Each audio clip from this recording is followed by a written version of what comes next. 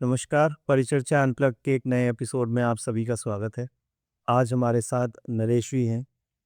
नरेश जी वैसे तो इंदौर में रहते हैं और वर्क नाइजीरिया में करते हैं। अभी हमारे पब्लिकेशन हाउस लिटरेरी राउंड्स की तरफ से इनकी पहली बुक आई है, जो इन्होंने एन के इंदौरी के नाम से लिखी है। N K sir, N K Indori बोलूँ मैं आपको या नरेश के नाम? And Kendari, because this is my new birth. Okay. That's why हुँ, I choose my name N K Indori. N. Kendari. तो N K sir, welcome to the show. Thank you so much for the opportunity. It's a pleasure that you are here और आप इतनी दूर से Nigeria से travel करके specifically Meerut आए हैं पॉडकास्ट के लिए। Sir, actually, this was a dream of about 20 years to write a book and to share my insight to the world. So I will say that I'm very thankful to that you give me the opportunity. So this is not to come over here. It is not a burden. It is a pleasure. अच्छा, हम जब भी podcast करते हैं तो normally पहला question हर guest के लिए सेम होता है, ठीक है? उससे हम शुरू करते हैं। जी तो जो पहला क्वेश्चन है वो ये होता है हमेशा कि कब और कैसे आपने ये सोचा कि मुझे बुक लिखनी चाहिए, स्टार्ट किया और आज आपकी बुक आपके हाथ में है, एक जर्नी शॉर्ट में। सर मैं शुरू से ही एक कलात्मक टाइप का मेरी विचारधारा थी। मुझे अच्छी मेरी राइटिंग थी, मुझे लिखने का बहुत शौक था। तो मैं अक्सर सोचा करता था कि मैं भी कुछ लिखूँगा। कभी मैं फ़िल्मों के सीन लिखता, कभी मैं कहानियाँ लिखता, कभी मैं अपने विचार लिखता, कभी मैं अपनी बायोग्राफ़ी लिखता। वो सब बहुत सारी डायरियाँ सालों भर से लिखते गए, लेकिन अ, जैसे-जैसे उम्र बढ़ती गई, तो थोड़ा विज़डम भी बढ़ता गया और जब विज़डम बढ़ा तो मुझे लगा कि now it is the time to share to others because I life ने मुझे एक अलग इंसान बना दिया था, जो कि ईगो से भरा हुआ, एरोगेंट एक कुछ अलग था। लेकिन मैं फिर भी खुश नहीं था, सब कुछ था मेरे पास में, मैं फिर भी खुश नहीं था। फिर अचानक से मुझे लगा कि कुछ अपने ऊपर काम करना चाहिए और जब मैंने अपने ऊपर काम किया, तो मेरी लाइफ़ में पीस ने एंट्री करी। और वो जो चीज़ें हैं, कैसे लाइफ़ में हम पीसफुली इस लाइफ़ को जी सकते हैं, how to become a humble man, what through which I those which ideas I learned all this. I try to explore all those things in my book. How to be a humble man, and I hope that everyone should be humble to live life peacefully. अच्छा, आपकी book का जो title है, I will die therefore I live, ये title किस लिए और कहाँ से आया? सर ऐसा है कि मैंने बहुत सारा जो अपनी कमियां थी उनको दूर करने के लिए बहुत सारे मेडिटेशन टेक्निक्स का इस्तेमाल किया, बहुत सारे दूसरे प्रयोग किए, लेकिन किसी चीज़ ने वो चीज़ें मेरी ख़त्म नहीं करी। जब मैंने एक रियलिटी को, ट्रुथ को स्वीकार किया और उससे ऑटोमेटिक ही सब खत्म हो गया है। तो जो हमारे अंदर में चंचलता थी, वो जाती गई। हमारे अंदर में जो ईगो थी, वो जाती रही और वो सिर्फ़ किस चीज़ से, कि मुझे जिस दिन मैंने सोचा कि यार मेरा मरना तय है, तो किसी लालच ने मुझे छोड़ दिया, क्रोध ने मुझे छोड़ दिया, घृणा ने मुझे छोड़ दिया और मैं एक हम्बल इंसान बन गया। सो I simply accept the truth that one day I have to die. And then I start discovering what is the death, and I found that we feel death every day, but we never encounter that. We never realize that. So maybe if you will read my book, you will able to understand the reality, and once you will accept that, so you will start enjoying your life. तो basically जितनी मैंने आपकी किताब पढ़ी है, जब हम इसको एडिट कर रहे थे और इसको फॉर्मेट कर रहे, जितनी मैंने आपकी किताब पढ़ी है उसमें आपने एक कंसेप्ट यूज़ किया है कि जिस तरीके से हम अपनी बर्थ को सेलिब्रेट करते हैं, Yes. बच्चे पैदा होते हैं तो सेलिब्रेट करते हैं, उसी तरीके से हमें डेथ को सेलिब्रेट करना चाहिए, यस, जो इसका एक यस, जिस्ट यस। है ना? इसके बारे में कुछ बताइए। सी, हम लोग मौत से, नॉर्मल लोग, मैक्सिमम लोग, सभी लोग मौत से एक मौत का डर से सताता रहता है। एक माँ का बेटा कहीं बाहर जाता है, वो सोचता है बेटा संभल के कहीं कुछ हो ना जाए। हम जहाज में, जब मैं फर्स्ट टाइम 2004 में जहाज में बैठा, मैं डर रहा था कि ना नीचे स्पॉट है ना ऊपर स्पॉट है, हम हवा में हैं, कभी भी जा सकती है जान। तो मौत सबसे बड़ा भय इस दुनिया में अगर है तो वो सिर्फ मौत का ही तो है, दूसरा तो कोई भय है ही नहीं। अगर हम समझ जाते हैं कि मौत कोई दुश्मन नहीं है, ये हमारी एक ऐसा डेस्टिनेशन है जहां हमें जाना है, यही हमारी मंजिल है, तो हमें इससे प्यार हो जाएगा। और जब हम इससे प्यार हो जाएगा तो क्या होगा, हम इसके साथ सेलिब्रेशन चालू कर देंगे। This was the thing. This is the reality of mine, that now I'm fearless. And कुछ भी होता है, अभी हमारा recently, you see, if you will see the incidents of recent attack on 28th of February on Iran. My flight was on 2nd of March. सब लोग डर रहे थे, but I was fearless. सब लोग क्योंकि किस सब लोग डर रहे थे कि हम नहीं जाएंगे, या but I was ready, I was excited because I was fearless. I don't believe that that is anything uncertain, it is a certain which will be the part of our life. अब वहाँ पर देखो, मेरी किताब का दूसरा मकसद ये है, मेरे विचारों को अगर ये दुनिया पे जाए, अब वहाँ पर लोगों को कुछ फील नहीं हुआ, लोगों को लग रहा है कि ओके वहाँ पर मिसाइलें छूट रही हैं, सिर्फ बातें कर रहे हैं, लेकिन मुझे बहुत पेन हुआ। किस चीज़ का पेन हुआ? 165 लड़कियां के ऊपर में, वो 165 लड़कियों की जान चली जाती है उन पर जो उन पे जो अटैक हुआ। ये किस लिए हो रहा है? क्योंकि they want to be more powerful, they want to show themselves. What is the meaning? One day they have answer, they will lose to their power, they will lose to their life even. Why they are doing all this? इस धरती पे, ये धरती पे हम लोग आए हैं तो हमें यहाँ कुछ अच्छा करना चाहिए, लेकिन वो इतना सारा युद्ध हो रहे हैं, ये क्या हो रहा है? इन्वायरमेंट का, ग्लोबल वार्मिंग। दुनिया एक दूसरे की दुश्मन क्यों बन रही है? क्या चाहते हैं? यहाँ शांति से मनुष्य जी नहीं सकता। एक समय था जब लोगों के पास में कुछ साधन नहीं थे, गाड़ियां भी नहीं थी, तब भी लोग बड़े शांति से जीते थे। तब की दुनिया नहीं चलती थी, लोगों का ना कोई कोई बीमारी होती थी ना कुछ होता था। आज आप अच्छे घर में भी रह रहे हो, लेकिन वहां भी पॉल्यूशन घुस रहा है। किस लिए? मौसम आपके बदल रहे हैं। किस लिए?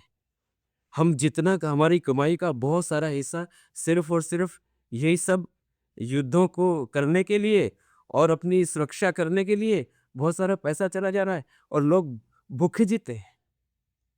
उनको एक वक्त का खाना भी ढंग से नहीं मिलता, बिकॉज द हम। और आज का युग एक नॉलेज एक्सप्लोजन का हो गया है। हर किसी के पास में, कोई अपने आप के साथ में कनेक्टेड नहीं है। अगर एक परिवार में 4 सदस्य हैं, चारों अपने अलग अलग हैं।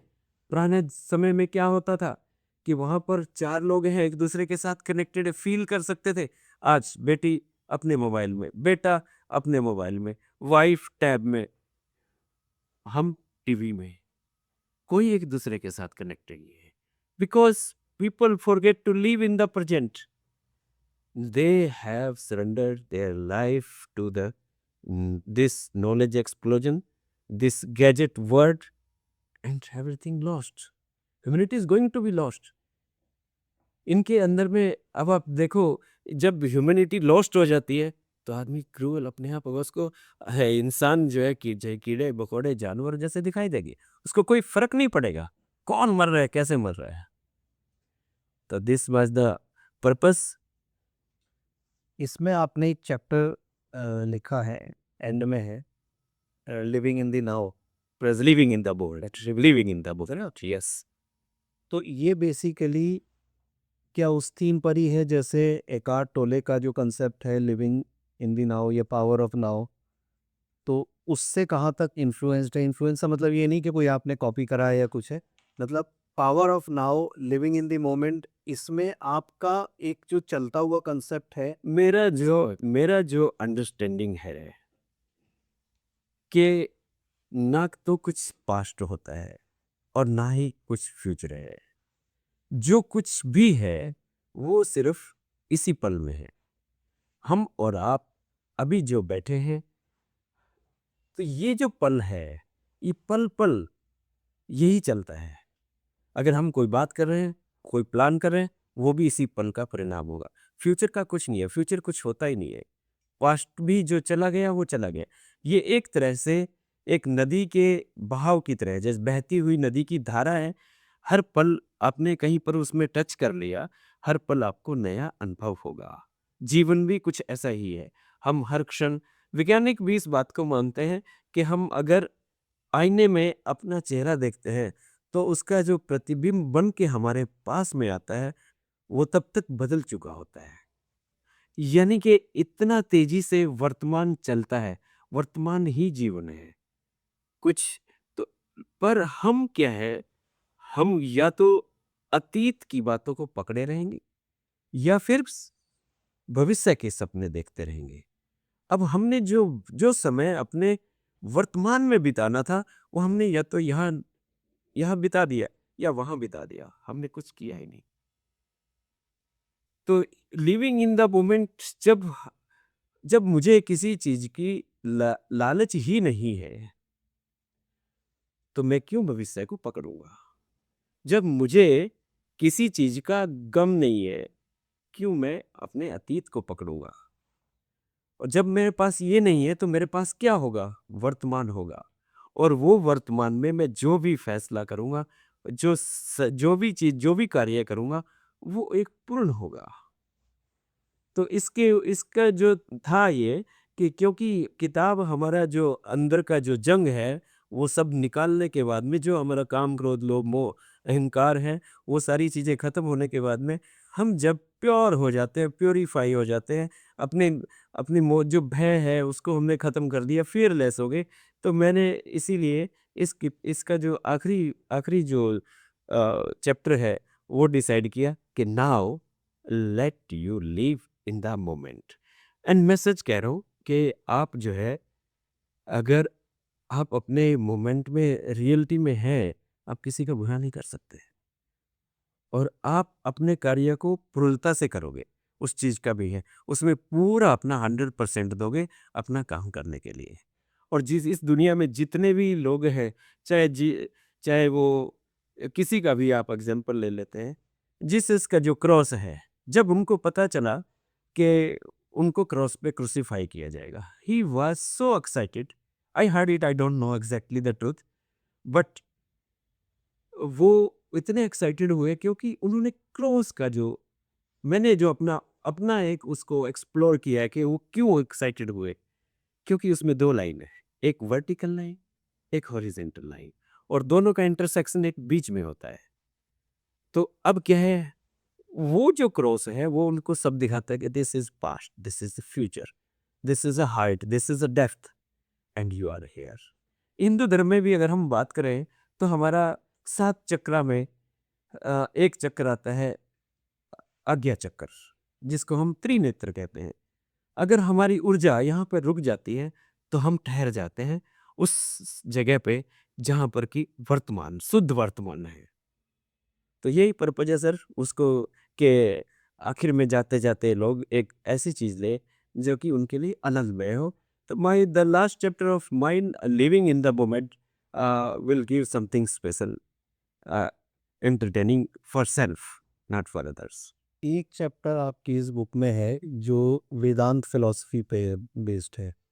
वेदांत बेसिकली इस कंसेप्ट को क्या कैसा है, आपने कुछ हद तक तो ये एक्सप्लेन किया भी है ना? तो वेदांत को आपने किस फॉर्म में इसमें इनकॉर्पोरेट किया? क्या सर, मैंने वो ज़्यादा कुछ नहीं किया। मेरे को नहीं मालूम है कि वो वेदांता का है, यहाँ का है। मैंने किसी को ज़्यादा स्टडी नहीं किया।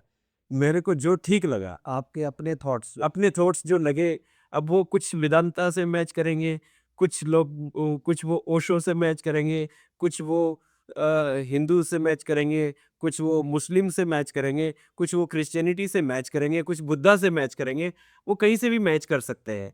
आई don't want to compare myself with anyone, with not any religions. It's a purely my thoughts which I applied on this book, and it may, because truth is said.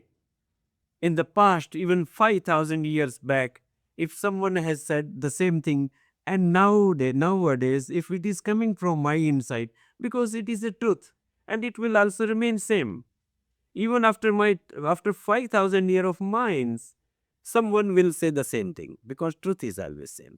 It is irrespective of religions, irrespective of persons. It comes in through different mouths, different mind, but it is same. अच्छा, आपकी अब जैसे book आ गई है, Yes, sir. ठीक है? Yes, sir. अब इस बुक को लेके आपके आगे के प्लान्स क्या हैं? सर, मैं चाहता हूँ इस धरती पे बड़ी शांति हो, ये संसार बहुत ही पीसफुल हो। शांति वो वाली जो डोनाल्ड ट्रंप चाहते हैं वैसी? नो, पीसफुल, ये ऐसी नहीं। अ, वो नोबेल पुरस्कार की ज़रूरत नहीं है, वो वाली शांति नहीं, कि लोग एक दूसरे को प्यार मोहब्बत से रहें। लोगों को डर ना रहे किसी चीज़ का कि कोई उसका कुछ बुरा करेगा। डर क्या है? कि उस डर इसलिए होता है कि कोई उसका बुरा करने वाला है, वो ना रहे। एक हम्बल इंसान इस दुनिया पे ज़्यादा से ज़्यादा कैसे हो? मैं पूरी दुनिया तो नहीं बदल सकता, लेकिन मेरी किताब से अगर कोई एक इंसान भी, जो कि शायद वो बुरा बनने जा रहा था, लेकिन वो अच्छा बन गया, तो मेरा पर्पस सॉल्व हो जाता है। I will try to rest of the my life, I will try to contribute that.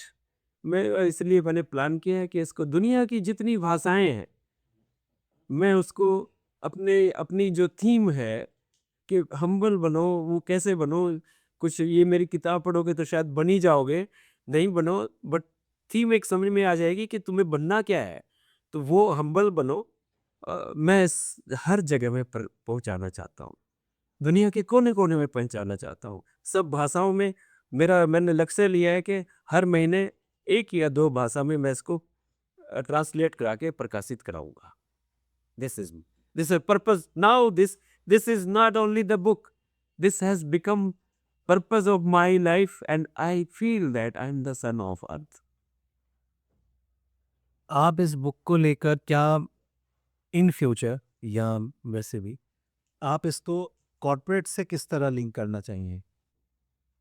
Corporate corporate में एक मुझे अभी इस मंच पे यहाँ बोलना नहीं चाहिए, नहीं, नहीं यार, but I am very much familiar with the corporate, कि वहाँ पर जो तेज लोग होते हैं, जो डिप्लोमेटिक लोग होते हैं, कैसे वो सिंपल लोगों को डिस्ट्रॉय करते हैं, कैसे उनको वो इस्तेमाल करते हैं।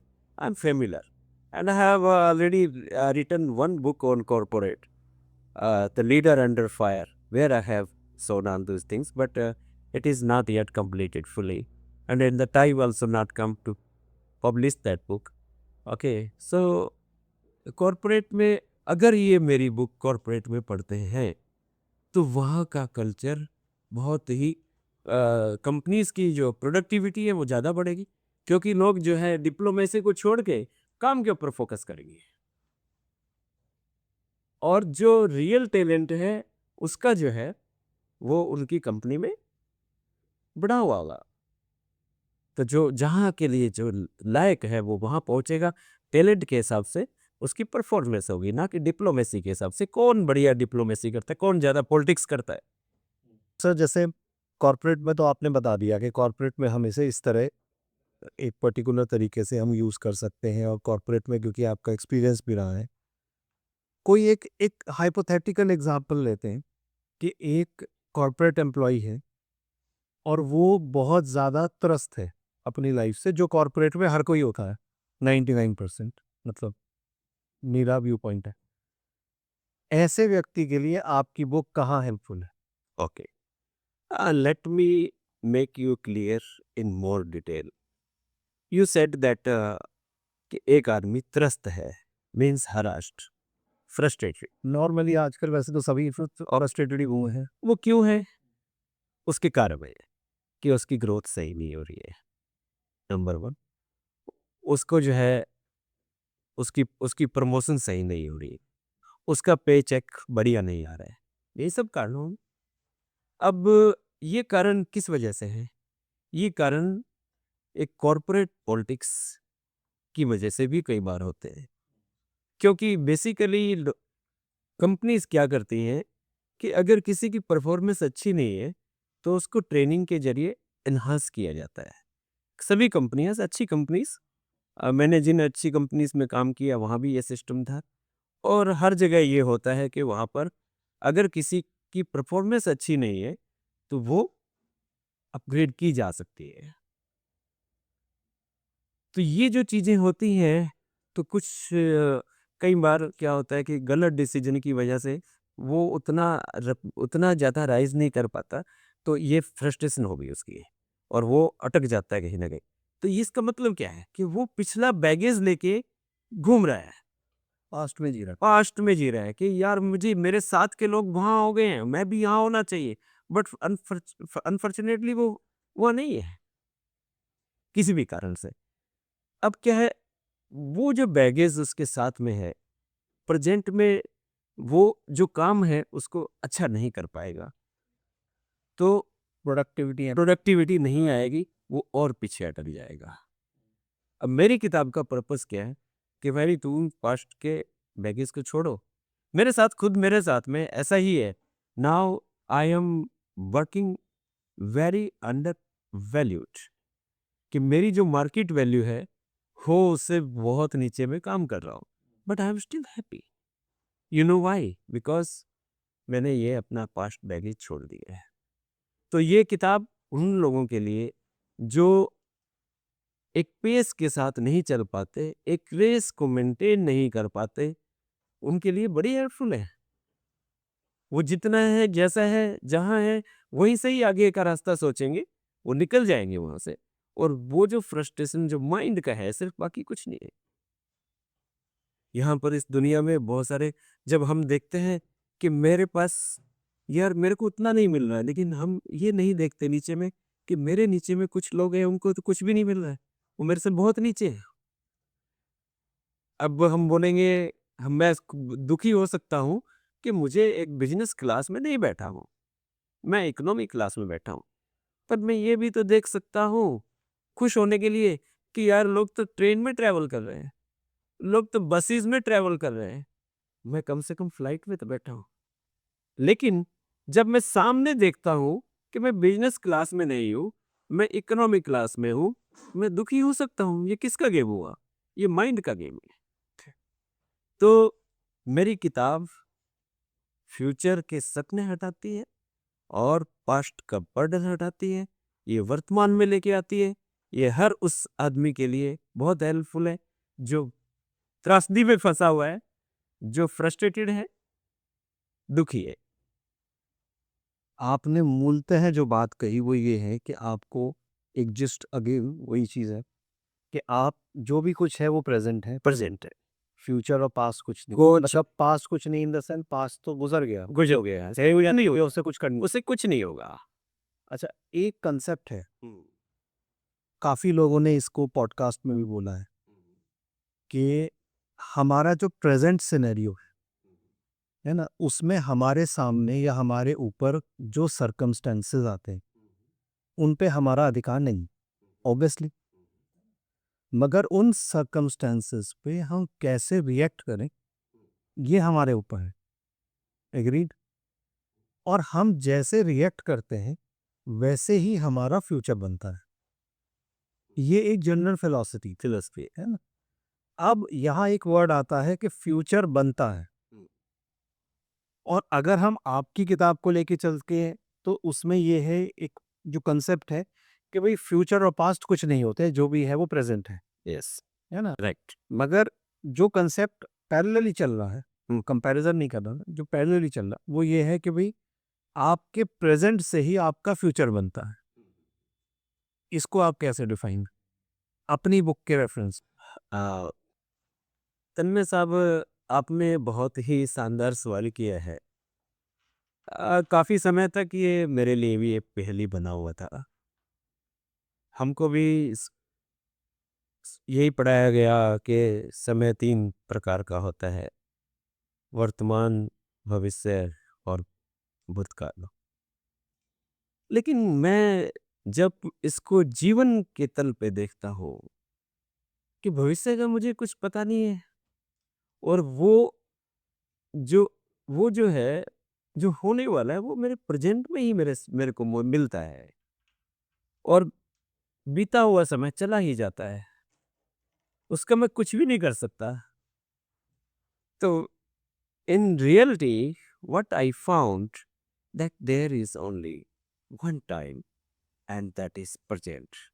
अगर वो भविष्य भी है, वो अगर उससे मेरा सामना होगा, तो वो प्रेजेंट में ही हो सकता है, भविष्य में कभी नहीं होगा।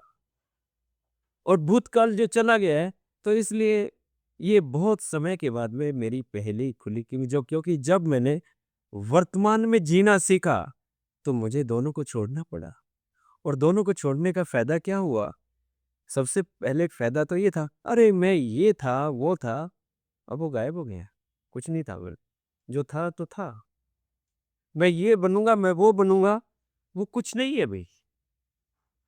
तो मेरे को वो जो जब ये फर्स्ट टाइम घटना घटी, और मैं जो आनंदित हुआ कि मेरा पूरा बर्डन नहीं है, मेरा कोई सपने नहीं है, कि जो मेरे को अभी इस पल में, ये सोचने वाली बात है और बहुत बड़ी बात है। अगर इस पल में मैं कुछ अच्छा करूँगा, तो अगले पल मुझे अच्छा ही मिलने वाला है। यानी आप फ्यूचर पे बिलीव करते हैं? फ्यूचर पे बिलीव नहीं करते कि मेरा जो अगला समय, अगला वर्तमान जो आएगा, वो आपके लिए फ्यूचर हो सकता है। मेरे लिए जो वो है कि अगला जो पल मेरे लिए आएगा, आएगा जो, वो अच्छा होगा। देखिए, जब हम वर्ड यूज़ करते हैं आएगा, आएगा, तो आपने वो आएगा, ठीक, लेकिन मैं उसको नहीं देख रहा हूँ, मैं उसको देख ही नहीं रहा हूँ। मैं तो सिर्फ़ यहाँ मौजूद हूँ, वर्तमान में। जब आएगा, ये एक संभावना है कि आप अगर एक आम का, एक बबूल का पेड़ लगाओगे, उससे आम नहीं मिलेंगे। आम का पेड़ लगाओगे, तो आम खाओगे, वो फ्यूचर ही हो गया। फ्यूचर नहीं। वो उसकी संभावना है। देखो, हमें तो ये नहीं पता कि हम अगले पल होंगे कि नहीं। मेरा ये हो सकता है, मेरे ये शब्द आखिरी हो, इसका तो पता ही नहीं है, तो मैंने छोड़ दिया वो। मैं तो पल-पल जीता हूँ, ये जो पल है, मैंने इसको पूरा का पूरा जीता हूँ, और ये भविष्य का पल भी मेरा वर्तमान का पल बन के आता है, तब मैं इसके साथ होता हूँ, नहीं तो नहीं होता हूँ। मैंने ये दूरियाँ खत्म कर दी हैं। किन यस सर। अच्छा, आपकी आपकी जो किताब है, हुँ, उसमें जैसे हमने क्वेश्चन भी अभी किया था कि भई जैसे आप बर्थ को सेलिब्रेट करते हैं, वैसे ही आपको डेथ को भी सेलिब्रेट करना चाहिए। आपने उसका आंसर भी दिया। जी। थोड़ी-सी टेक्नीक्स जो आपने बुक में यूज़ की हैं, उनमें से जो आपकी टेक्नीक आप मान के चलते हैं कि फेवरेट या बेस्ट तो कुछ नहीं होता, बट आपके हिसाब से जो मोस्ट प्रैक्टिकल एक टेक्नीक है जो आपने अपनी बुक में लिखी है, आप वो शेयर करना चाहें? जीवन ने हमें जो आकर्षण दिए हैं, हमें उनको ही अपने तरीके से छोड़ना है। और जब हम न्यूट्रल वाली पोजीशन में आ जाते हैं, वो किसी के कुछ भी हो सकते हैं आकर्षण, किसी का सूंघना, स्वाद, देखना,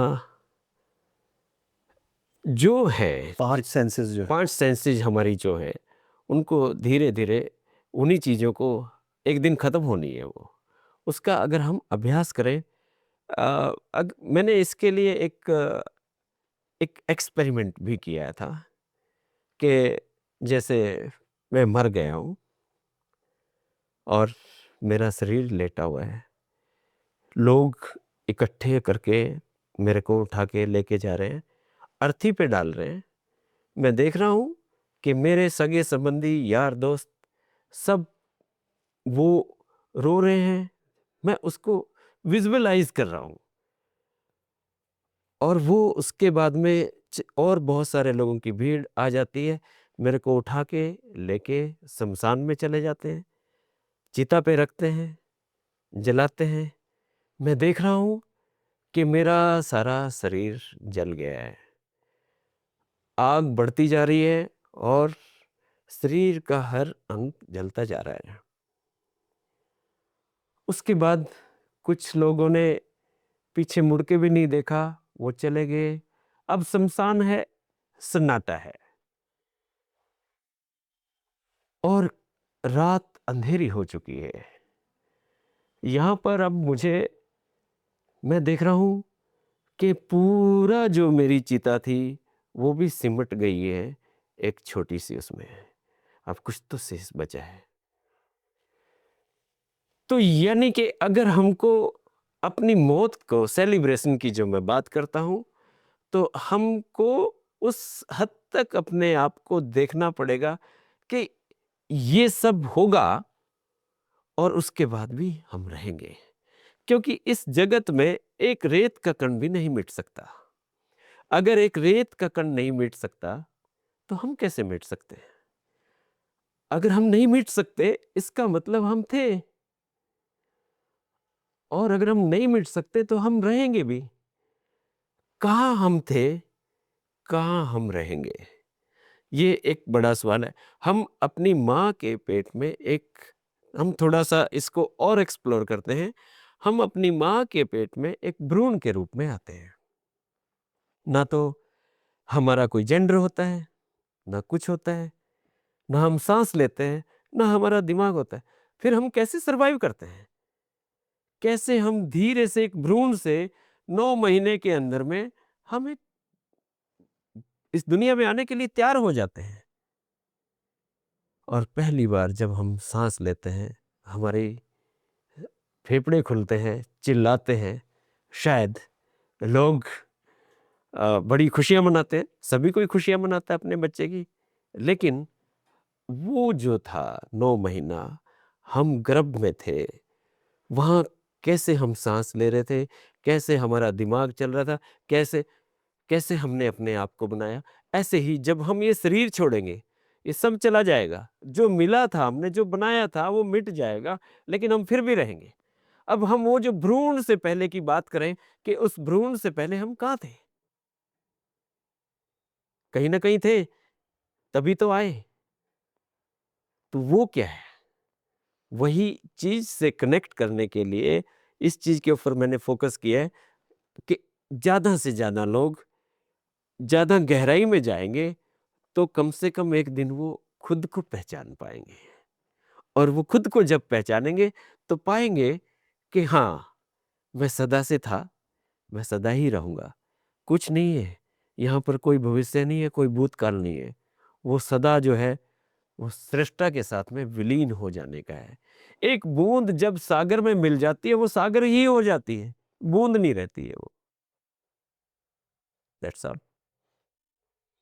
अभी जैसे आपने कहा कि क्वालिटीज़ जो हमारी हैं या जैसे 5 सेंसेस हैं उनको आपने एक्सप्लेन किया। या अब बेसिकली अगर हमारे पास क्वालिटीज़ हैं तो नेचुरली नेचर बैलेंस करती है, तो हमारे पास विकृतियाँ भी हैं।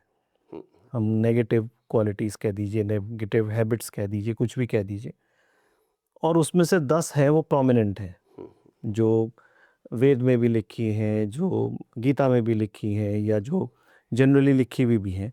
और अगर हम थोड़ा-सा सनातन की तरफ जाएँ तो रावण के 10 सर जो हैं वो 10 कुरीतियों को रिप्रेज़ेंट करते हैं, वो 10 मेन कुरीतियाँ हैं। आपकी बुक उनको कैसे दूर करने में हेल्प कर सकती है? हाँ, मेरा तो अ, सीधा-सा फ़ॉर्मूला है, बड़ा सिम्प्लीफ़ाई चीज़ों, क्योंकि उलझने से ज़िंदगी उलझ जाती है और हम भी उलझ जाते हैं। सिंपल सा फ़ॉर्मूला है कि हम छोटी-सी चीज़ है, सिर्फ़ और सिर्फ़ हम मौत को स्वीकार करें, तो मौत के साथ जीने का अभ्यास करें। ये जो सेलिब्रेशन की जब मैं बात करता हूँ, सेलिब्रेट विद द डेथ, और this is the experiment that okay once, क्योंकि जब आपको पेंट कर देते हो किसी चीज़ के ऊपर में, कचरा सारा, जंग सारा साफ कर देते हो, तो फिर आपको कुछ ज़रूरत नहीं होती है। तो जब आपने उस चीज़ को, आखिरी सत्य को तय कर लिया, तो आपकी बाकी सारी you become a humble person. तो आपको फिर वेदों की ज़रूरत नहीं है। आप खुद ही एक कुआँ बन जाते हो जिसमें से सदा ही आपको एक आप खुद के लिए एक लाइट बन जाते हो, वही आपको प्रकाशित करके रास्ता दिखाएगी आपके बाकी जीवन के लिए। तो बेसिकली फ़िलहाल अब आपकी बुक आ गई है जी। और आप अब नाइजीरिया भी जाएँगे इसको लेकर। जी, जी, जी। वहाँ क्या प्लान है? किस तरीके से प्रमोट करेंगे? सर मैंने क्योंकि जब से आपसे पब्लिश कराने के लिए शुरू किया था, तो कुछ लोगों के साथ शेयरिंग भी किया है। बहुत सारा लोग जो है एक्साइटेड है लेने के लिए, सॉफ्ट कॉपी के लिए। मैंने जैसे कि फ़ील नहीं आता और मेरा ये मानना है कि अगर 21 दिन, लगातार 21 दिन, ये मानना है, ये मेरा एक एक्सपेरिमेंट भी करना चाहूँगा। मेरी बुक को अगर कोई अपने घर में रखेगा सिर्फ़ और ये सिर्फ़ देखेगा और इसमें से जो पढ़ना है उसे पढ़े, सीखना है सीखे, ना सही 21 दिन अगर उसके साथ में ये बुक रहेगी, उसका लाइफ़ ट्रांसफ़ॉर्म हो जाएगा। बहुत बढ़िया। बेसिकली हम यही चाहते हैं कि आपकी बुक से जो है सोसाइटी ट्रांसफ़ॉर्म हो, इंडिविजुअल्स ट्रांसफ़ॉर्म हो और बहुत जल्द आप अगली बुक पे भी काम कर ही रहे हैं, उसके बारे में अभी हम नहीं पूछेंगे क्योंकि वो जब बुक आती है तब, वरना पहले से ही स्पॉयलर्स हो जाते हैं।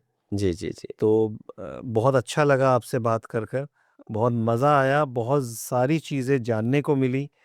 स्पेसिफ़िकली आपके थॉट्स, आपके फंडामेंटल्स जिसको लेकर आपने ये बुक लिखी है। और अब एंड में हम एक बार ये बुक नॉर्मली दिखा देते हैं दर्शकों को भी। तो इस किताब को आप लीजिए, इसकी पहला एडिशन ऑलरेडी मार्केट में है, पेपरबैक में है। और सर मज़ा आया आपसे बात कर और बहुत जल्द हम चाहेंगे सर, कि दोबारा। थैंक यू सो मच कि आपको आपकी वजह से मुझे एक प्लेटफ़ॉर्म मिला है, जहाँ पर मैं अपने विचारों को व्यक्त करने में समर्थ हुआ हूँ। शायद नहीं तो भटक ही रहा था। Thank you so much.